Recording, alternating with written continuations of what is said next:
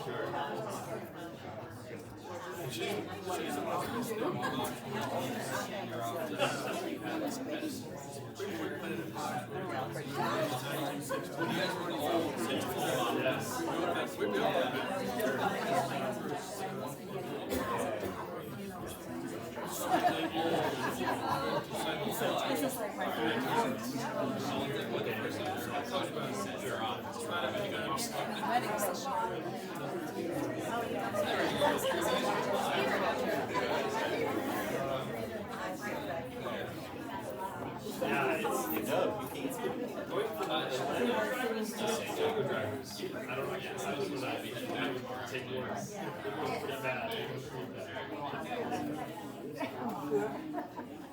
roads are so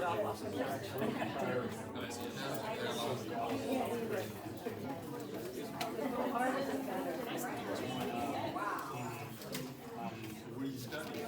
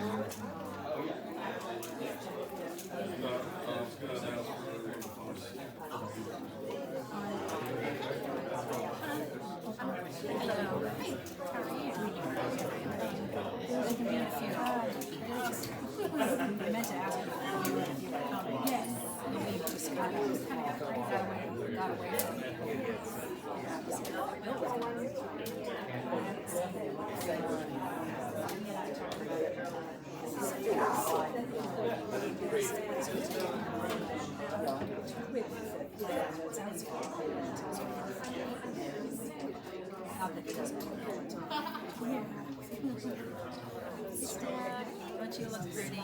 You too. All the way okay? Just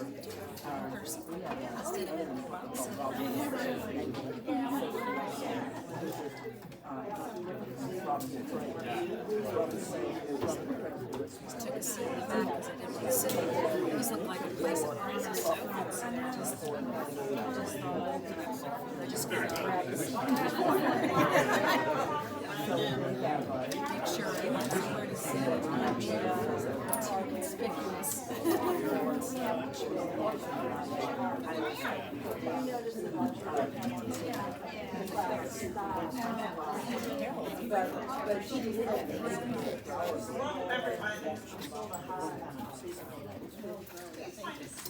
Please find a seat. There may be a seat for everyone. We weren't anticipating having a seat for everyone, but please come in and get a seat wherever you can find one. Kathy, Martha, everyone. We are not going to start until not the live stream, but the video starts. Martha, come on. I'm sorry I'm outing y'all. Y'all come on. It's not live stream. I'm gonna FaceTime. You're not FaceTime. I'm gonna FaceTime Nancy. Okay. They're taking it. I've been taking it, but I don't think they've started. They have started too. They have? It looks like it's recording. Can you go check and check? Or I will go check. Okay. It has started recording for about Okay. 5 minutes now. Okay, they'll top it off. Thank y'all for being here. I'm Tracy Hart, one of Jim Hart's daughters. This is a very casual celebration of life. There's no coffin, there's no urn. Jim is with us in other ways. We just want to say a few words to share memories. And so my mom will start, and then I'll speak, my sister Karen will speak, and then anyone else who wants to get up and share a few brief thoughts can speak. And then we'll close, and we'll have awesome cookies and some other small noshes for you. We thank you for being here.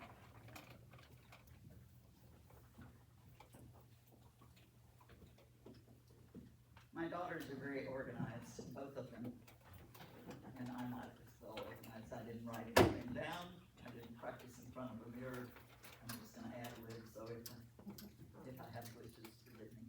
We have people here that were high school friends, fraternity friends, neighbors. It's wonderful to see all of y'all.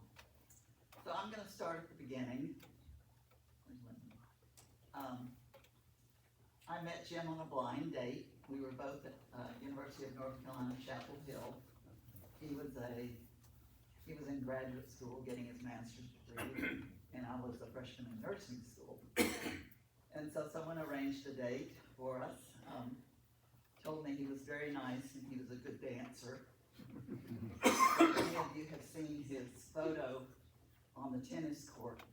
It looks like a ballet dancer. It did not transfer to the dance floor.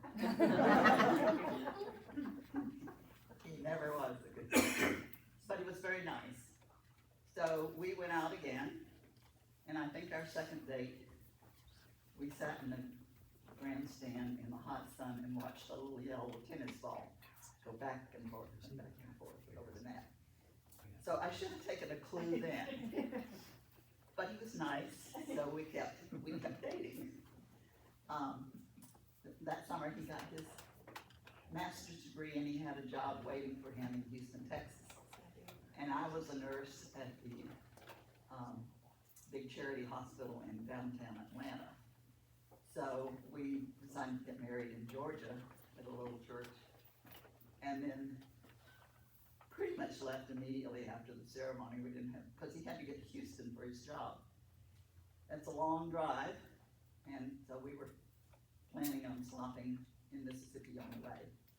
And if you knew Jim on his hiking trips or his bicycling trips, you know how methodical he was with his Excel spreadsheets and everything weighed and all the maps and everything planned.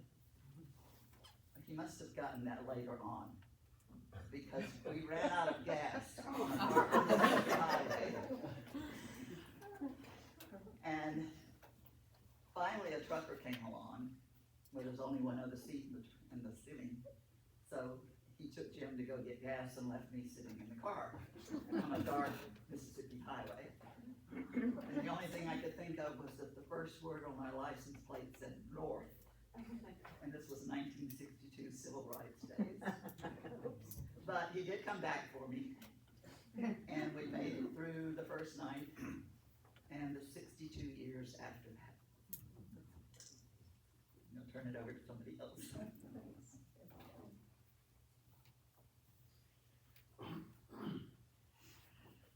So again, my name's Tracy Hart. I'm my dad's older child. Thank you all again for attending. As many of y'all know, I moved to Winston-Salem a year ago to spend more time with my parents.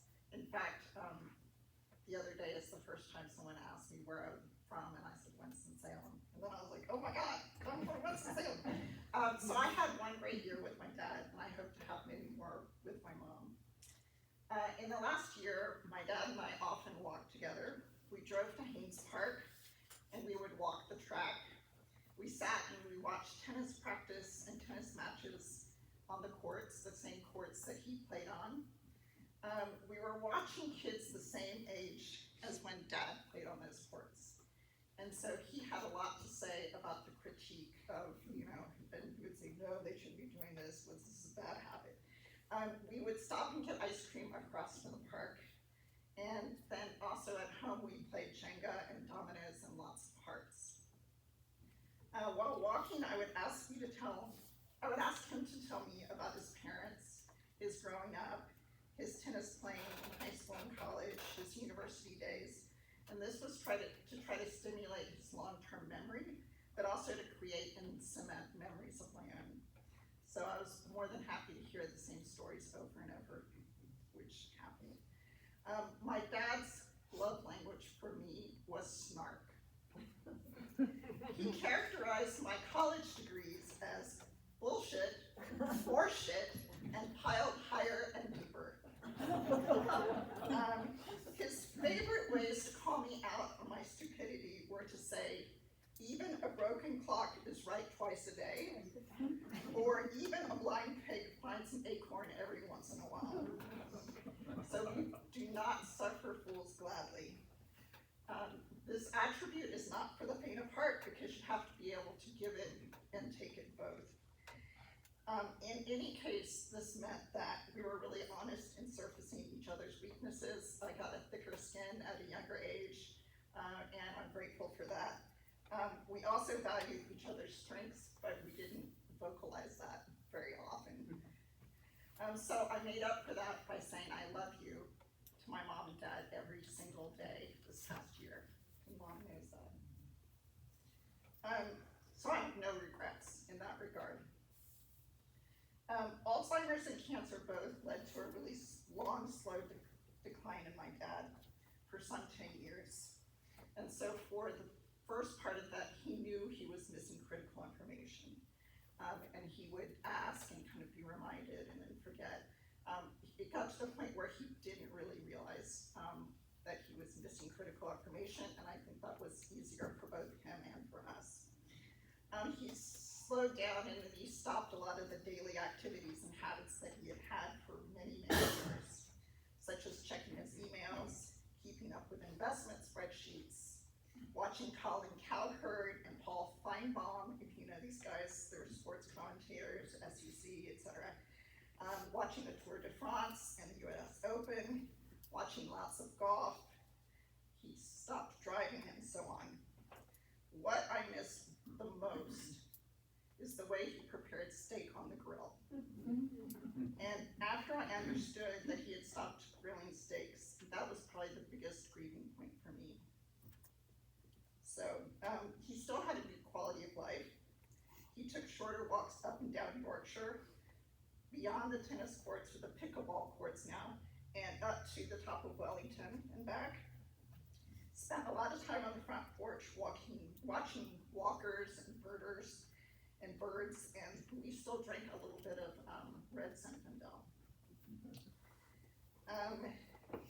A little aside is, I'll tell you, I got a card from my ex-husband this morning who reminded me that my dad had given him packing advice for hiking, which included the choice, this is really, really out there, the choice idea of with underwear you have inside, out, front, and back. So you can have 2 pairs of underwear for 8 days. This is the type of no-nonsense practical, I know, and very light packing solutions my dad had. So to be a little bit more serious, my dad's good quality of life was assured by my mom.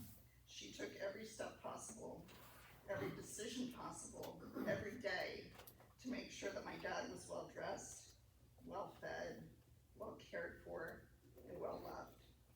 She could not have done anything better. This came at the expense of her own sleep, her own health, and her own social life and activities. I hope the Master Gardener friends and the others will go and get my mom and have her start to live a little bit more of the life that she's missed these last couple of years. Thank you for being here, and I know that you'll do that. I hope you each get a chance to thank her for taking such good care of my dad. and I hope my mom is able to regain her own quality of life going forward.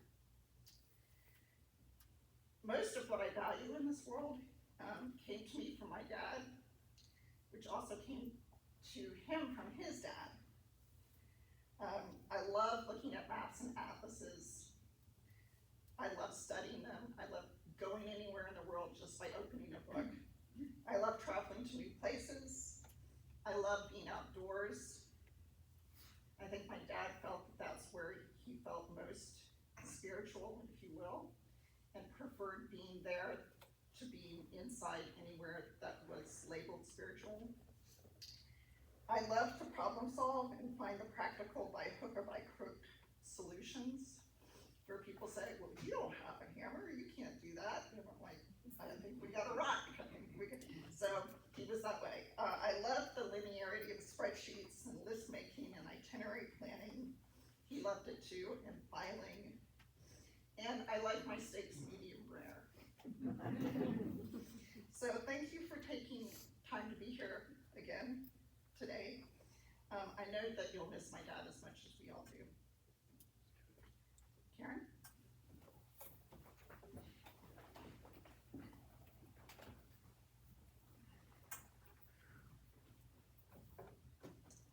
Hello, I'm Karen Hart Huey.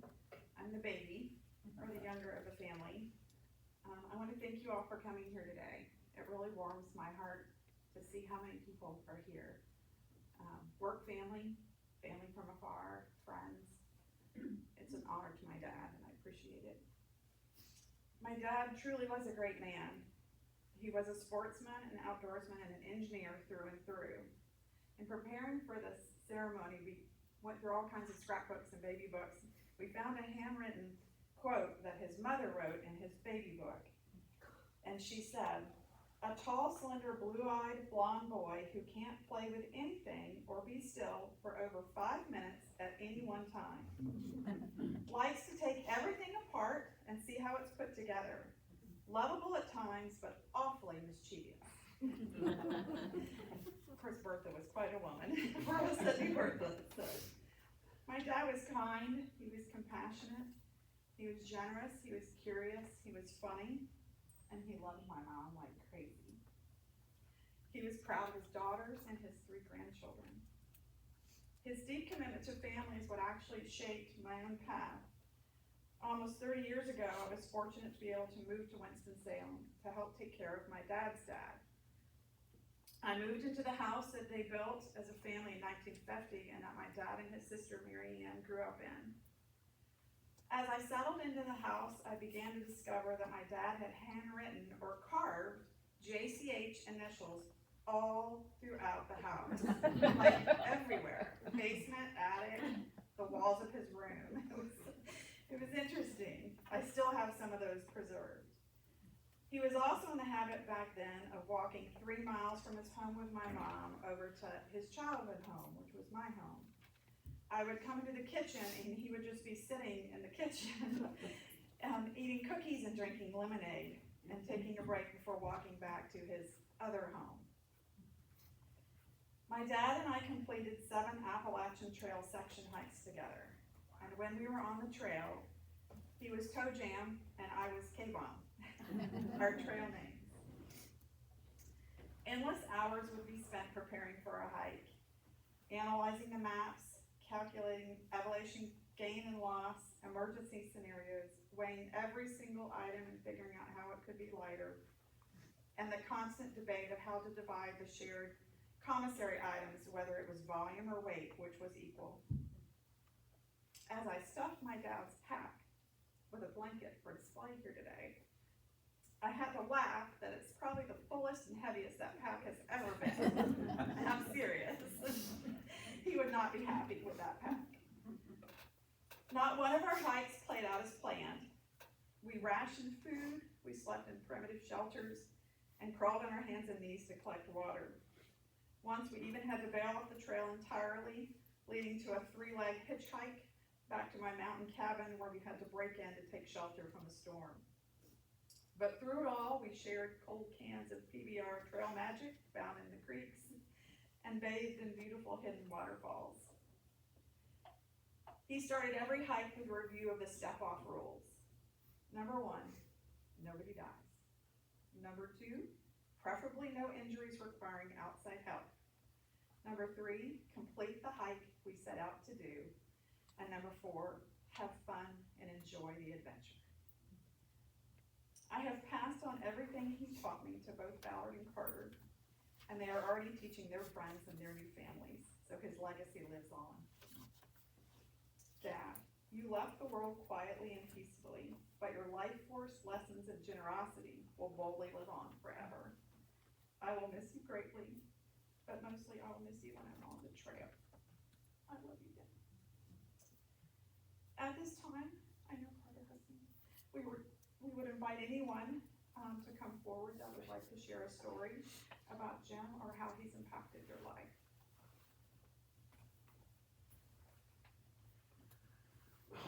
So I'll try to keep this short in honor of Papa.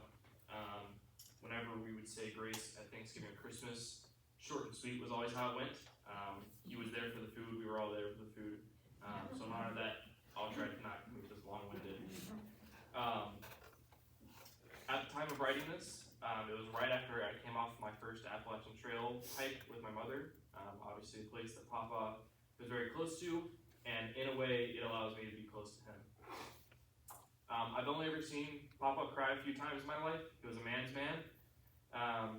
One of the most notable moments, though, was on his anniversary with Nana 1 year. We decided to throw a small family barbecue in our backyard, a little cookout. After we were done with our burgers and discussing the proper method on eating corn on the cob, Nana and Papa exchanged letters and gifts, as you do. And while both letters were absolutely beautiful, the letter that Nana had written was extra special. By the end, Papa was fighting back tears and choking on his words. He had accomplished so much in his life, from winning races to hiking parts of the AT. But obviously one of his greatest accomplishments was the family he helped build and all the love that it was fueled by. It is this foundation that the Hart and the Huey families were built upon, and this was allowed for two strong and bull-headed women to start their own families, allowing for men such as Ezra, Ballard, and I to go off and flourish in our own worlds. While today is undoubtedly a hard and sad day, let us not forget the memories that we shared with Papa. All the times I sorted through his golf ball collection to see which one bounced the highest on the driveway. All the times he called me for supper instead of dinner whenever he was taking care of me. I will not forget that even as his memory started to fade long ago, he and I were at the cabin telling each other stories, one scrawny man to another, all right before destroying me at a game of horseshoes.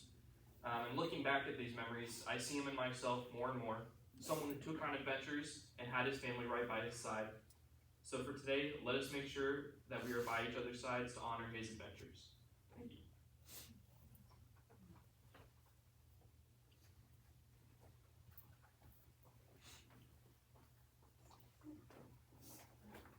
Would anyone else?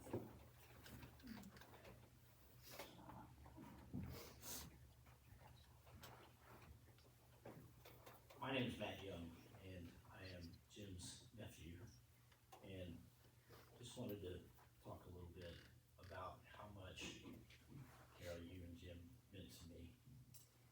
And I was reminded of this. I live in Houston, Texas. I was reading the Houston Chronicle the last couple of weeks, and two things.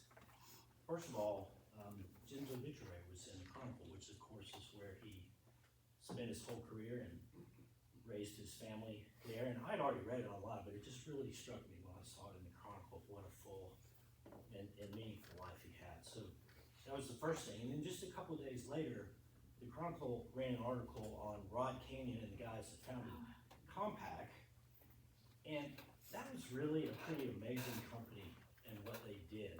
And Jim was a big part of that. I remember talking to him about it, and it was just a really neat way to end his career working for Compaq. So anyway, those really struck me.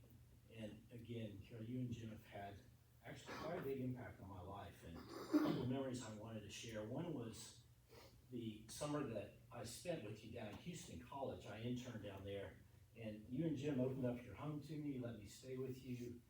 And I had so much fun there. Jim and I would run almost every day after work. We went on bike rides. We went up to the hill country, rode bikes up there, went to Lukenbach. It was wonderful. Thank you, Carol. And that's also when I first learned about Jim's snark. I had this thing I remember, and I don't know why I remember this, but Tracy came home for a few days that summer, and she picked out a movie for the four of us to watch, and Tracy called it a slice of life movie. So we watched this movie, and at the end of it, Jim goes, "This slice of life is a real slice of crap." and Tracy said, "Well, it's a lot more interesting than your life, Dad." So giving it right back. But anyway, we all know Jim had a very interesting and full life. Just did so many different things. And you know, another memory I want to share is that Karen, I know that Jim inspired in you the love of the outdoors and backpacking. He did the same thing for me, actually. My first backpacking trip was, I went with Jim and a friend of his, I think his name was Paul. It's been a long time. But we went out to Rainbow Plateau, which is in the Navajo Nation out in Arizona. And what a magical and beautiful place, and nobody goes there hardly. I mean, the three of us backpacked out there for a week and didn't see another soul, and it's just incredible. And very few people know how to get around out there, and Jim's actually one of the ones who pioneered the routes out there with a guy named Terry Gustafson. And the only people who hike out there today is the Sierra Club. They run a couple trips a year out there, and those are the same routes that Terry Gustafson and Jim pioneered years ago. So it's really a pretty amazing thing. It's really special. I've loved backpacking ever since, and probably my fondest memory of spending time with Jim was that. And you know, one thing I remember from that trip, we got finished, and I was talking about how beautiful it was, and I was asking Jim if he was going to come back, and he said, "You know, Matt," he said, I've been out here a bunch of times. He said, "There's a lot of other places to see, and I'm probably not going to come back here." And it's just I've always remembered it, because it made me just think that life's short. You know, life's short. And we just have to value the experiences that we have with the people that are meaningful to us each and every day. So I'll close with that. Thank you.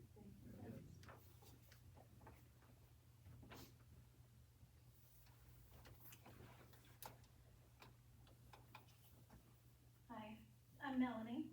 I'm Jim and Carol's niece. And in our small family, there's an often told story about me telling Jim off. I think I was 3, not much more than that. And the way the story is told, I think I threatened to slap him across the face. I don't remember this story, but Jim certainly did, and it was told at many, many holidays. I never had the opportunity to even live in the same city as Jim and Carol, and I will take a hotel over a tent any day of the week. But Jim and Carol have always been a presence in my life as my aunt and uncle.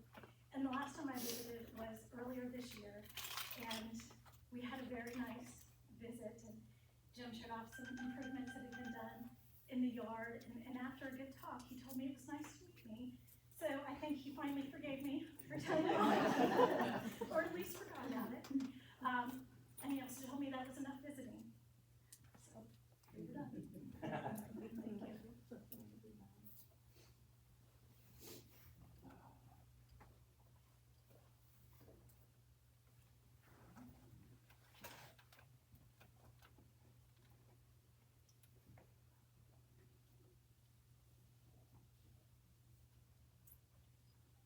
Carol and Tracy and Karen and other family members and friends and relatives. My name is Linwood Davis, and Jim, Hart, and I were contemporaries, first of all, at Calvin H. Wiley School, elementary school.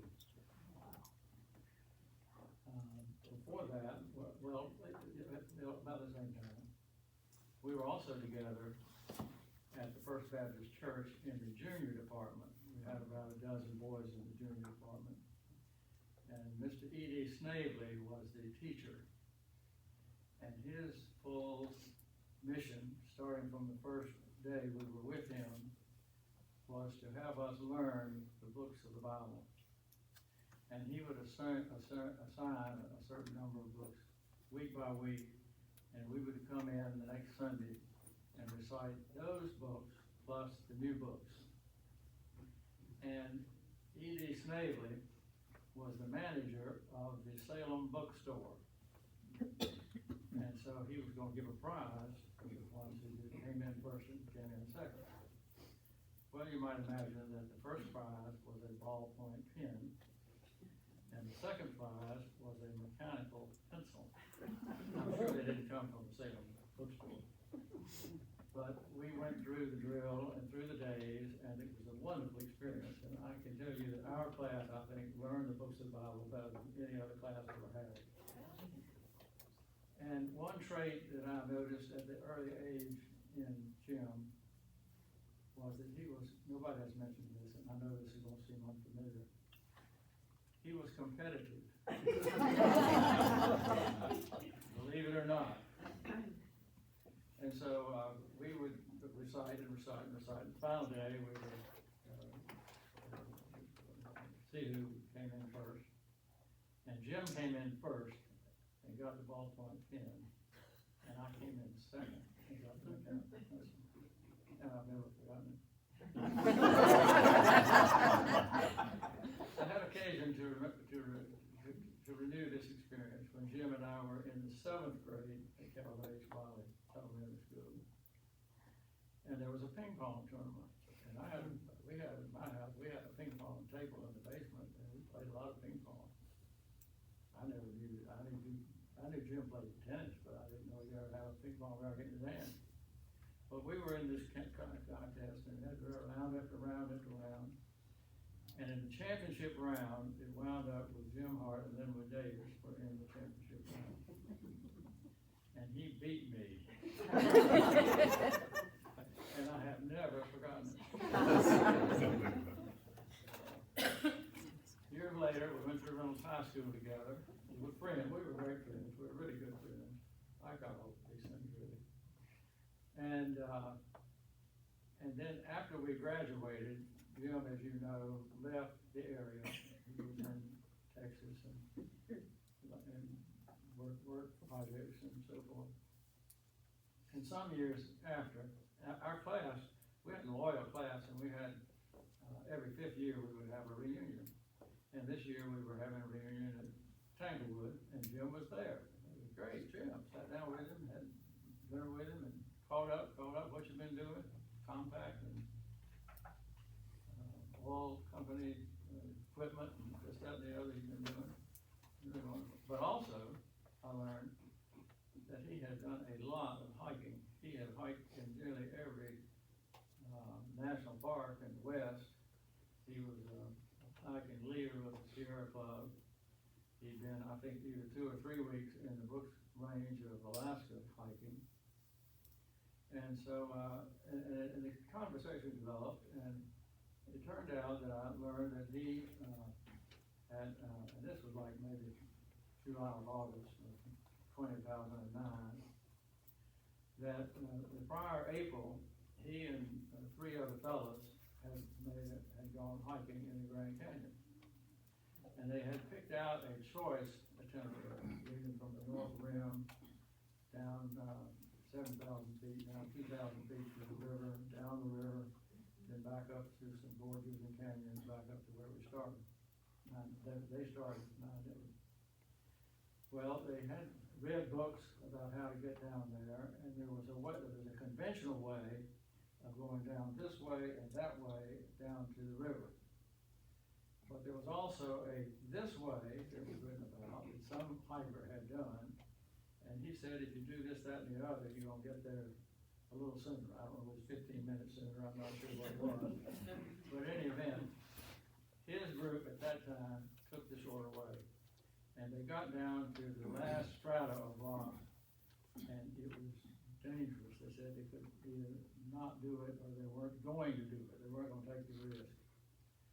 So they had to go back and they couldn't catch up with the itinerary and go fill complete the trip. They just had to go back and hike somewhere else, which they did. And he told me that they were planning to go the next year, next April, on this trip, and they were gonna go the correct itinerary this time. And he also mentioned that they he was with 3 other fellows the last time, and one of them was not gonna be able to go. I thought, well, I said, well, Jim, you know, I've done a little hiking, and, might wanna apply for a position. Yeah, well, I don't know, Jim, I've hiked up Mount Princeton in Colorado, 14,200 feet, 3 times. And I've done hiking up in, I haven't hiked yet, hikes around here.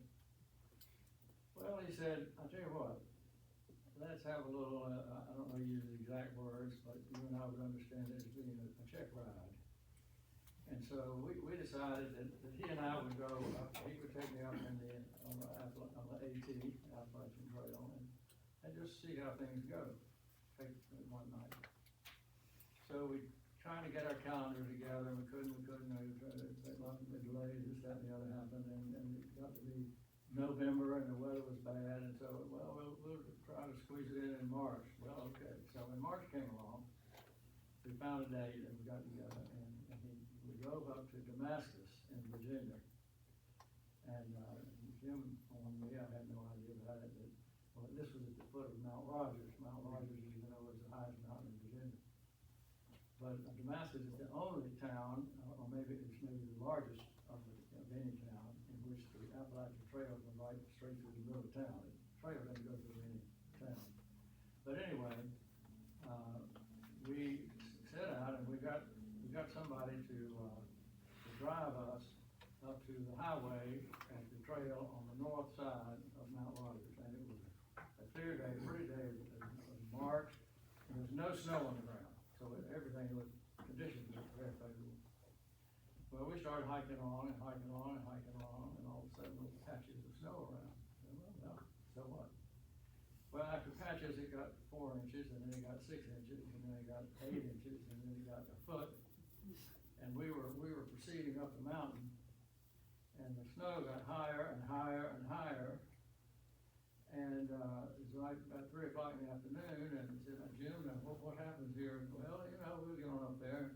The thought was that since we were on the north side of the mountain, and the trail was right over the mountain, when we got up to the top, it'd be sunshine and better conditions. But the trail, instead of going up the mountain, it just went laterally along, and we weren't getting much higher. And before you know it, we were up to our hips, as he called it, post-holing, going through the snow. I said, Jim, I think we better review our plan here. So we did, and what we did, we turned around and went back. We went back, and he had a phone and called somebody to pick us up. We spent the night in Damascus. And the next day, he took us off to another mountain where the weather was clear, there was no snow. And we had a nice hike up the mountain and then back, so forth. And then, when we got back, he said, well, not his words exactly, but the fact of it was, I had made the varsity. We were going in April, 3rd week in April, very conducive time to be hiking in the Grand Canyon. And so we went out there and getting ready. They told you how Jim gets ready for something. He is meticulous is another word that's in addition to competitive. And he had a little scale and he weighed out what goes in the pack and what doesn't. And the result was, and I just, of course, I wanted to pack as light as I could. I didn't have a tent, and so he said, I got a tent for you. I said, fine. He had a single person tent that I could use, and a tent was too heavy. He's not gonna carry a tent. That's too heavy. He had a sort of a tarp or something that he just slept out on one sheet of something or other, and we went with 2 other fellows. So the result was when we went hiking, and this was equalize the food and so forth, and sometimes we had to carry water. A lot of times we knew where the water, we could get water and drink the water that's there. But I started out, my pack at 35 pounds, and Jim's pack was at 25 pounds. And the two fellows who went with us, now they were, I thought crazy, but they were big burly guys. But they wanted to take all this, that, and the other, and their packs were 55 and 60 pounds. Oh my Lord. So we headed out, and we went along, and it was a fabulous hike. We had gorgeous weather, it was about 70 degrees the whole time. And we went down, and I made sure, Jim was the hike leader, believe it or not, if you believe that. Jim was the hike leader, and I went down, and I made sure I stayed right on Jim's tail. I was not gonna be straggling along, and they're not gonna be saying, what happened to Davis? Did he fall off the cliff? So I stayed right on him, and it was a great experience. He knew the way, and we had a book of maps and things, and he very experienced hiker. And it just went great, and we would hike along, and we went from the North Rim, Indian Hollow campground on the North Rim, down to the river, 2,000, we spent the night halfway down, and then the next day, midday, we got down to the Colorado River. We walked out and saw the river and came back up to the campground where we were going to leave the next day. And the next day, it turned out that we did leave, just all on schedule and everything. We went hiking down the river, and we knew we were to go to Fishtail Creek.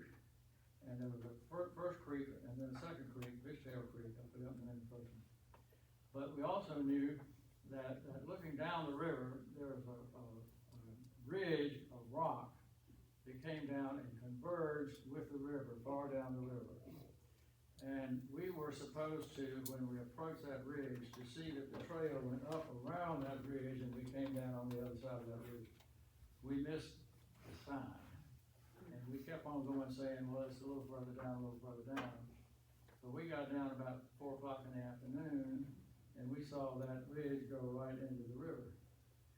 And so we said, what do we do? Well, Jim said, well, I'll go see if I can climb over it. So we waited. He went ahead on down to see if there's a way of climbing over it and going on down. He came back and said, there's no way. So here we were with a busted trip, second year. Well, we couldn't go all the way back and then pick up our itinerary. Well, we looked back up the river. You can see about a mile and a half up the river. On the far side, we saw some people in some of these rubber rafts. So Jim and I walked up the river, and we got right across from them. And I shouted across, and I said, we are 4 hikers, and we've lost our route. Can we get a ride? And a voice came back and said, how far? I said, oh, great. And I said, how far? Jim said, 5 miles. 5 miles. Okay, where are you going to be? I said, we'll be right here. And he said, well, we're leaving at 9:30 in the morning. We'll come pick you up. So it was some so-called river rats. It was river guides who didn't have any passengers. They were just off on the water and having a good time. And they came and picked us up. 3 rafts. I was on the last raft, the pack raft where all the equipment was. And so we went down the river and went over and all. It was great. It was beautiful, wonderful. And I said, and he had a rope, and I said, what's that rope for? Well, that's our drag bag. Well, what's your drag bag for? Well, that's where we carry our beer. I said, well, how many beers you got? He told me how many, and we figured it out. You know, Jim, we figured it out per person. It was a 6-pack a day per person. So anyway, they took us down to our destination for the day in a half a day. And so we not only not busted our trip, but we were half a day ahead on the trip. So then we started going up some canyons and on back, and it all went well. It was a challenging trip in a number of places. There are places where you're walking along, there's a huge wall up here and a huge wall down here, and the river stream is going on here. And sometimes it'd be, after we got down to the river, there was no further trail. We were just going through whatever the vegetation was, which was difficult a lot of times. And so either walk, if you walk on the, if you could walk through the vegetation, or you could just walk up the stream. Most of the time, we just walked up the stream. And where it converged, you just had to go along and go along. And there were places where it came so close that it was almost touched. You could not get through, and there would be a pool right in front of you. And the only way to get forward was to wade through the pool, maybe chest high, wade through the pool, and climb up a wall on the other side and hope there's a place you could get through. And a lot of times there's a place you get up part way, and you leave your bag and you climb up, and the next fellow would pass your bag up, and he would come up, and you had to get back on it. We had two of those. And then there's another place where we were going vertical on the way back, and it got very, very steep, and there was just a small little hole that you could get through to get on through further. And we had to do the same thing, hand the packs up and go through and so forth. But we made it back, and all went well. And so, and then when we flew out of Las Vegas, and the only time I think I ever had an issue with Jim, and we never got resolved. I hadn't told this story to anybody else. We were driving into Las Vegas, and on the interstate, and as you know, there are billboards one after another, this casino, this, that, the other. And then one of the billboards that said something like, Harrod's Casino, looking for girl dancers, something like that is over there, looking boy and girls to dance in entertainment. And Jim and I started talking about it, and I said, Jim, I really don't think that sign is intended for girl dancers. I think they have a different audience. He said, no, what do you mean? I think they're trying to let other people know that they've got a dance program going on and come to see them. Oh, no, that couldn't be. No. I said, Jim, these places, if they need another few dancers, they're not going to put a billboard on the interstate highway to see if they can get 3 more dancers. I never convinced him. So we remained friends forever, and I miss Jim very dearly.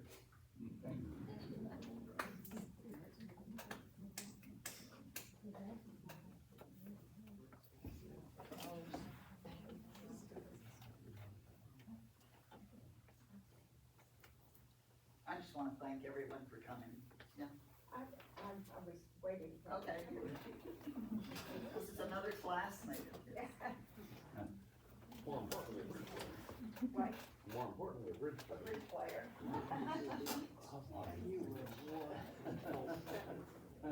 I am Jeannie Leggett, known to the classmates as Jean Smith. And I have 2 quick things I want to share.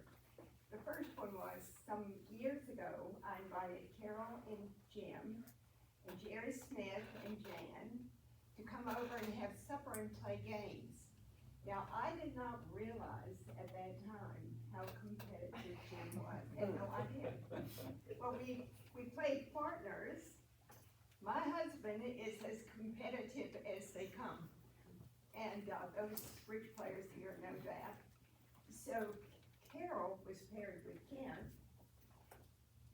And let's see, is that right? No, I think, anyway, I was paired with Jim. And we won. and I had no idea how happy that probably made him. But it made me extremely happy being Ken's wife that we won. The other thing I Not wanted through the to. game.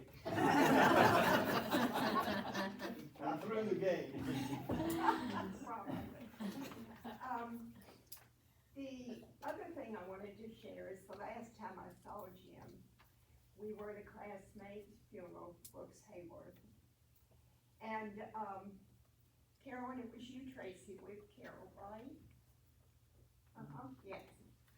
When we were going out from the service to go down to the parlor, Carol and Tracy got a little bit ahead of Kent and I and Jim. And I didn't get to know Jim until I joined the high school reunion committee. And we had many, many meetings over at the Hart's home. And I got to know Jim and his methodical ways and all the things that have been shared. But as we walked out, because Carol and Tracy had gotten ahead, Jim came up, took my arm, and led me on out. I think Kent was walking behind us. So my final memory of Jim is, what a gentleman he was. What a gentleman.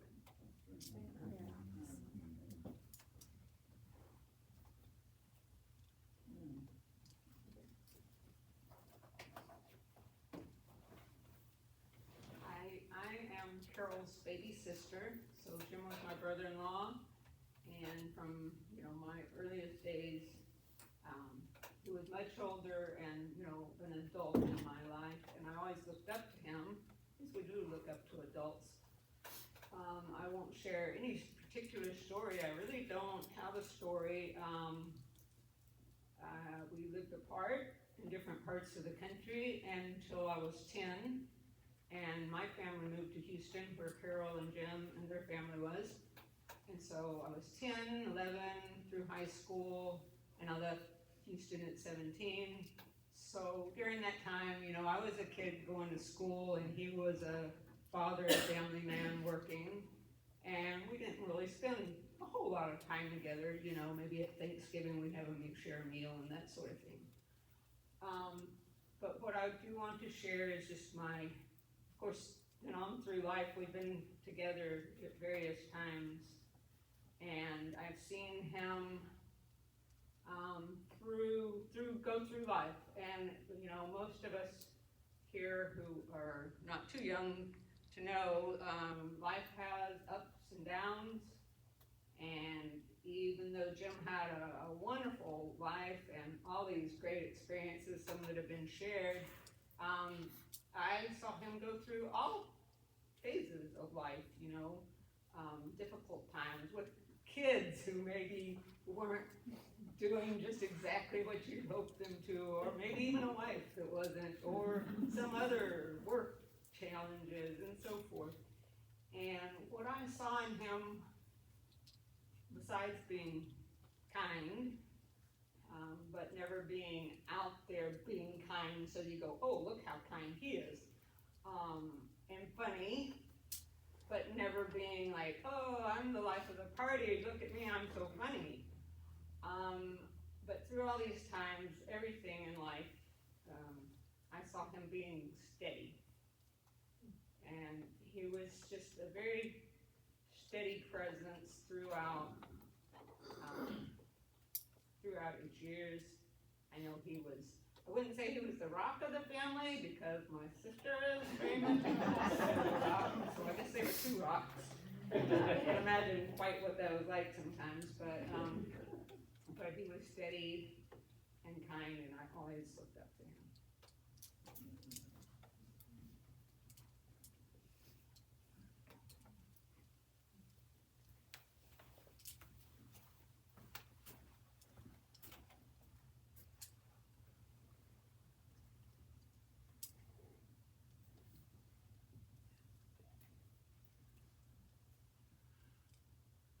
Hi, I'm Tim Huey, the Huey of Karen Hart Huey.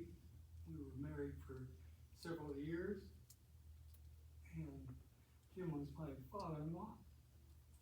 Carol, see my mother-in-law. And Karen and I moved into Jim's house, the house that he grew up in, and fixed it up over the years. Had our boys. They grew up with Jim and Carol more so than my folks. My folks passed away back in 2010, 2011. The boys were very young at that point in time, so really didn't have a lot of experiences with my folks. But they learned a lot from them. when we were first married, Karen told me that her father didn't trust me. So I was out, she was younger than me. I won't say how many years. Younger than me. I was robbing the cradle, so to speak, and he was afraid that I was out for her millions.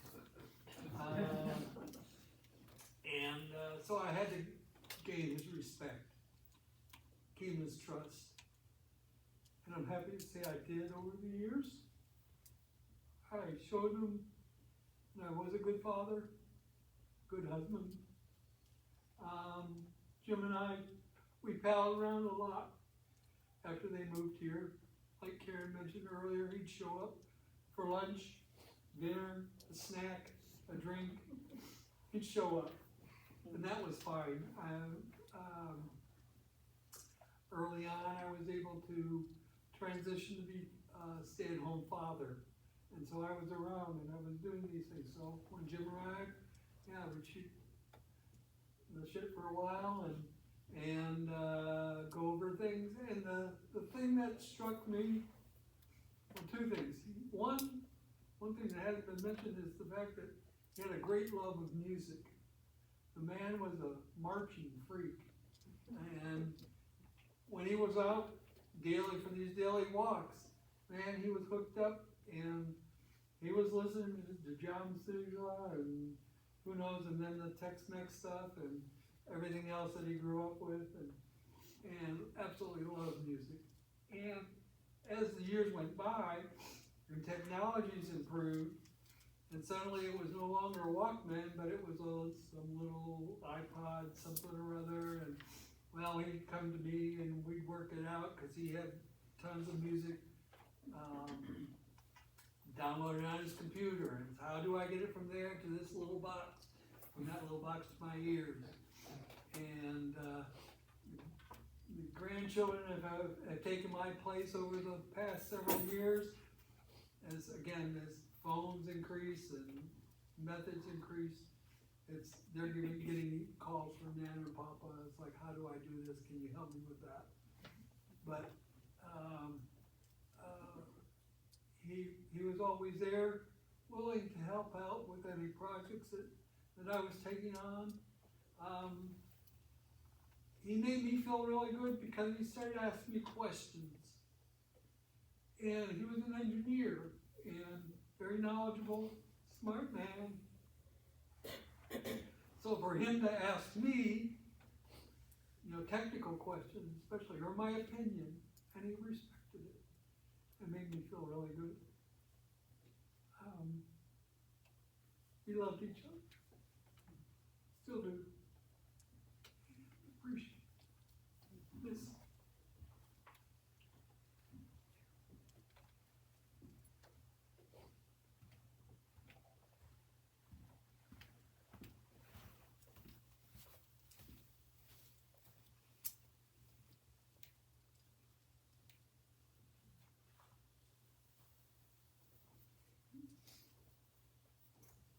Anyone else?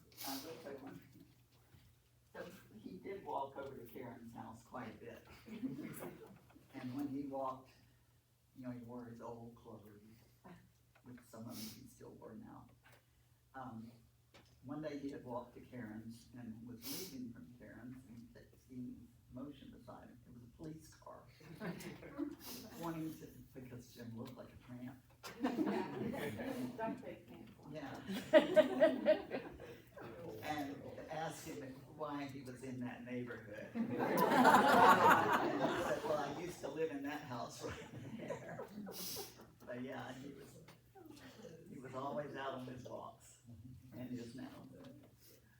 Y'all feel welcome to go watch the video that we put together and have some wonderful cookies and so forth over there. Did you have something? Yeah, I was gonna say, if you haven't signed the register, please sign the register, and, his favorite candies are around the room, so stuff your pockets with those.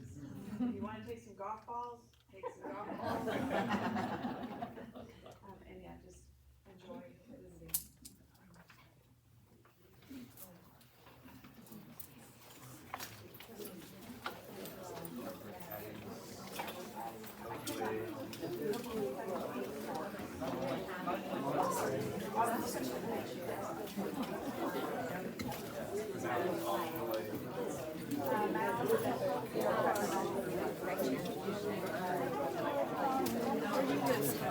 I live outside Keene in Tobaccoville. He's got a view of Pilot Mountains from his house. It's just yeah, we're going to take the outside. He gets to see